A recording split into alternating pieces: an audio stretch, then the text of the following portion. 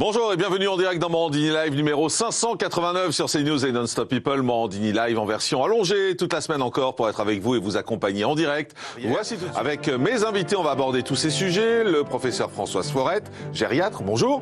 Merci d'être avec nous. Le docteur Dan Bensadoun, bonjour. Médecin généraliste, et Anne Mazoyer, spécialiste en communication politique. Olivier Véran a confirmé hier que la question des rémunérations serait abordée durant le Ségur de la santé. Nous devons pouvoir améliorer les conditions d'exercice des soignants, a-t-il indiqué. Cela passe notamment par une hausse des salaires. Alors, qu'en dit le personnel soignant? Vous y croyez ou pas? On posera la question à Thierry Amourou, qui est porte-parole du syndicat des infirmiers. François Forette, c'est pas simple honnêtement de porter un masque. C'est désagréable, surtout quand on porte des lunettes. C'est vrai que ça fait de la buée et que c'est pas tout à fait agréable, mais c'est cependant indispensable. Et c'est là où on voit la différence quand même entre nous, Français. On n'accepte pas finalement les contraintes, alors qu'il y a certains pays qu'on envie, par exemple l'Allemagne. En Allemagne, quand on dit de mettre un masque, tout le monde met un masque. À Luxembourg, moi j'ai de la famille à Luxembourg, presque tout est permis à l'heure actuelle. Mais il n'y a personne dans la rue qui ne porte pas un masque. Il n'y a pas d'interdiction, il y a des conseils, mais pas d'interdiction, comme ils ont fait en Suède, d'ailleurs. C'est un peu la même méthode que les Suèdes. Pareil, les gens vont dans la forêt et ils ne se mettent pas les uns à côté des autres. Ils auraient pu quand même repermettre d'aller sur l'esplanade, mais à condition de vérifier qu'il y a, au bout d'un certain moment, il y a suffisamment de personnes, on empêche les autres. Mais avec notre disposition à nous, c'est difficile. Anne Mazoyer, justement, on a vu ce que nous expliquait Marie Blanchard. Là, c'est carrément interdit d'y aller. En fait, il y a un problème de communication dans tout ça. C'est-à-dire que je suppose que le gouvernement, la mairie, la préfecture n'ont pas envie de revoir les mêmes images qu'hier soir, oui, avec tous ces gens accumulés, la police obligée d'intervenir. Donc, du coup, on interdit. Enfin, il n'y a pas de juste milieu parce que le professeur Forette a raison. On pourrait limiter le nombre de personnes. Nous, on interdit. Alors, premièrement, parce que probablement, et je parle sous votre contrôle, mais l'épidémie n'est pas terminée, loin s'en faut.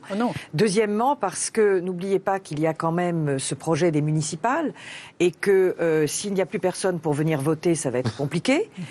Parce qu'en réalité, on aura les résultats de ce premier déconfinement que dans quelques jours, c'est-à-dire aux alentours, je crois, du début du mois de juin. Et c'est du reste un des problèmes qui fait que le conseil scientifique a été aussi réservé sur les municipales, dans la mesure où il faut abroger les municipales alors que la prise de décret doit devenir effective avant le 27 mai. Et si on a une annonce vers le début du mois de juin selon laquelle la contamination repart à la hausse et qu'on ne peut plus ne pas reprendre des contraintes, ce sera catastrophique. Ça sera un peu catastrophique. Donc cette communication est compliquée. Il y a un désir de transgression également. Il y a beaucoup de jeunes que je voyais hier soir aux Invalides et qui, d'une façon très claire, provoquaient même les caméramans en se montrant avec un verre à la main et qui voulaient, si vous voulez, prouver que maintenant ils étaient déconfinés, décomplexés.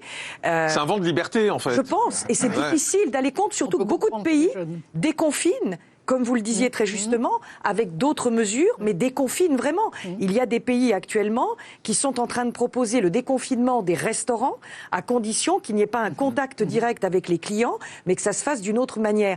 Je crois qu'on ne peut pas, surtout avec le climat, avec ce temps magnifique, obliger la population à autant de restrictions. Et puis, il y a ce contact social, on en parlait pour les personnes âgées, mais pour tout le monde, c'est tellement important de retrouver cette joie, cet appétit de vivre avec les autres, avec ses amis, avec ses copains, avec même des collègues de travail. Donc, quand vous êtes ensemble et que vous êtes masqués, certes, vous pouvez communiquer par les yeux, mais c'est quand même très différent. Mais Anne Mazoyer, il y a un problème qui arrive très vite, là, c'est le problème économique de l'enjeu estival, de l'enjeu économique pour cet été. Il y a beaucoup de villes, dans le sud en particulier, qui vivent uniquement l'été pendant 2-3 mois. Et là, on attend le gouvernement. On se dit, que va faire le gouvernement? Est-ce qu'il va réouvrir? Est-ce qu'il va autoriser les restaurants, par exemple, les bars, les plages? On a vu qu'on y va pas à pas et le gouvernement a dit, en gros, voilà, je m'en lave les mains, c'est à la préfecture de décider. C'est un vrai enjeu, ça, pour le gouvernement. C'est un véritable enjeu. Alors pour le secteur de la restauration et du tourisme, je pense que ça fait partie du reste des arguments qui ont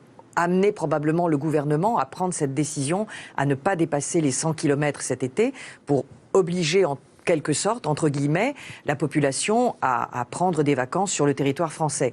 Mais on espère que les 100 km vont sauter quand même pour cet été. Alors, a priori, voilà, on se dit qu'on pourrait être autorisé à se déplacer en France sans cette limitation des 100 km. Espérons-le, et ça dépendra vraiment de ce qui va se passer au niveau des résultats qui vont être publiés la semaine prochaine ou la semaine suivante.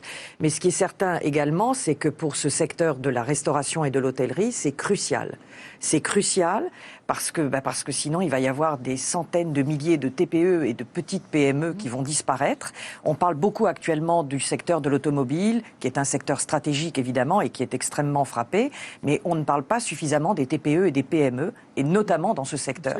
C'est catastrophique. Il y a des tas de pays qui actuellement autorise, sous certaines contraintes, les ouvertures des restaurants, les ouvertures des bars, pas pour recréer le lien social dont je parlais tout à l'heure, mais véritablement parce qu'il s'agit de tout un pan de l'économie qui va disparaître. Comment voulez-vous que, sur le plan de la trésorerie, même s'ils ont obtenu un prêt, ils puissent tenir dans le temps? C'est infaisable. Alors là, on parle de l'été au niveau franco-français, mais après, il y a aussi un autre enjeu, c'est l'Europe. Parce qu'on s'aperçoit qu'il n'y a aucune stratégie européenne pour cet été. Je vous propose de regarder un extrait de ce reportage qui est passé hier sur France 2, qui nous a expliqué que certains pays en Europe étaient en train de réouvrir les frontières. Nous, on n'ouvre pas. Pourquoi est-ce qu'on n'a pas une vraie stratégie européenne? Là-dessus, vous aurez peut-être une réponse dans un instant. D'abord, regardez ce qui se passe aujourd'hui. Car les frontières de l'Europe sont encore fermées. À moins d'une dérogation pour le travail, il n'est pas possible d'aller d'un pays à l'autre. Quant aux frontières extérieures du continent, elles resteront closes au moins jusqu'au 15 juin prochain. Mais pour l'Europe du Sud, celle où un habitant sur 5 vit grâce au tourisme, il est urgent d'accueillir à nouveau les visiteurs allemands et français. La Slovénie rouvre déjà ses frontières. En Italie, ce sera dès le 3 juin, le 14 juin à Chypre. La Grèce, elle, accueillera les touristes étrangers à compter du 1er juillet. Alma Zoyer, c'est ça l'Europe? Chacun fait ce qu'il veut? Disons qu'il faudrait peut-être travailler enfin à ce qu'il y ait une certaine harmonisation de certaines décisions.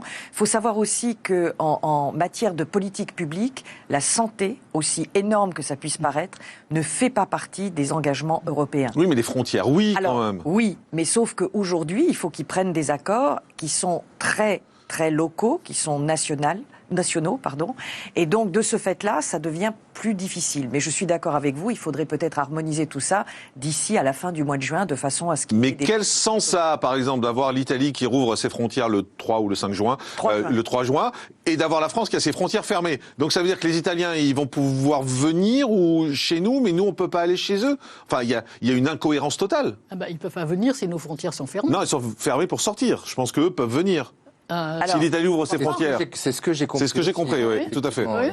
Mais donc c'est une grande incompréhension parce qu'il y a un vrai problème de clarification des messages, et je pense que de toute façon, ça va nous contraindre à accélérer l'ouverture des frontières, certainement, sous condition, mais il faut l'accélérer. On ne peut pas rester confinés, nous aussi, à l'intérieur de nos frontières aussi longtemps. Exactement. Ce que je veux dire aussi, on parle beaucoup des mesures barrières. J'ai imprimé un document que les médecins affichent dans leur salle d'attente. C'est très bien. Qui est, attendez la suite. Attendez la suite. Qui est donc distribué par la Direction Générale de la Santé, donc une des autorités qu'on est censé respecter. Comment vous protéger du coronavirus? Je ne vois pas le masque. Ils ont oublié de mettre le masque. Mais ils ont peut-être volontairement. Il n'y a pas le masque. Quand on voit une autre fiche, protégeons-nous les uns les autres, on voit vous lavez les mains, toussez dans votre coupe, etc. Et en dernier, en complément de ces gestes, portez un masque quand la distance d'1 mètre ne peut être respectée. Vous respectez 1 mètre, vous ne mettez pas de masque. Mais ce qu'on veut expliquer là, c'est que le masque ne suffit pas. Et la grande crainte, et ça tous les virologues le disent, c'est que les gens portent un masque et se disent c'est pas la peine que j'ai une distanciation physique, c'est pas la peine que je me lave les mains, parce que c'est souvent parce que c'est comme ça que ça se passe. Vous portez un masque, vous ne me contaminez pas, je porte un masque, je ne vous contamine pas. Parce que les masques sont pas totalement, vous le savez très très bien, c'est à 60%. Bon, en tout cas, on est d'accord pour dire que c'est mal foutu. Oui. On est tous d'accord. Oui, c'est pas très bien fait. Oui.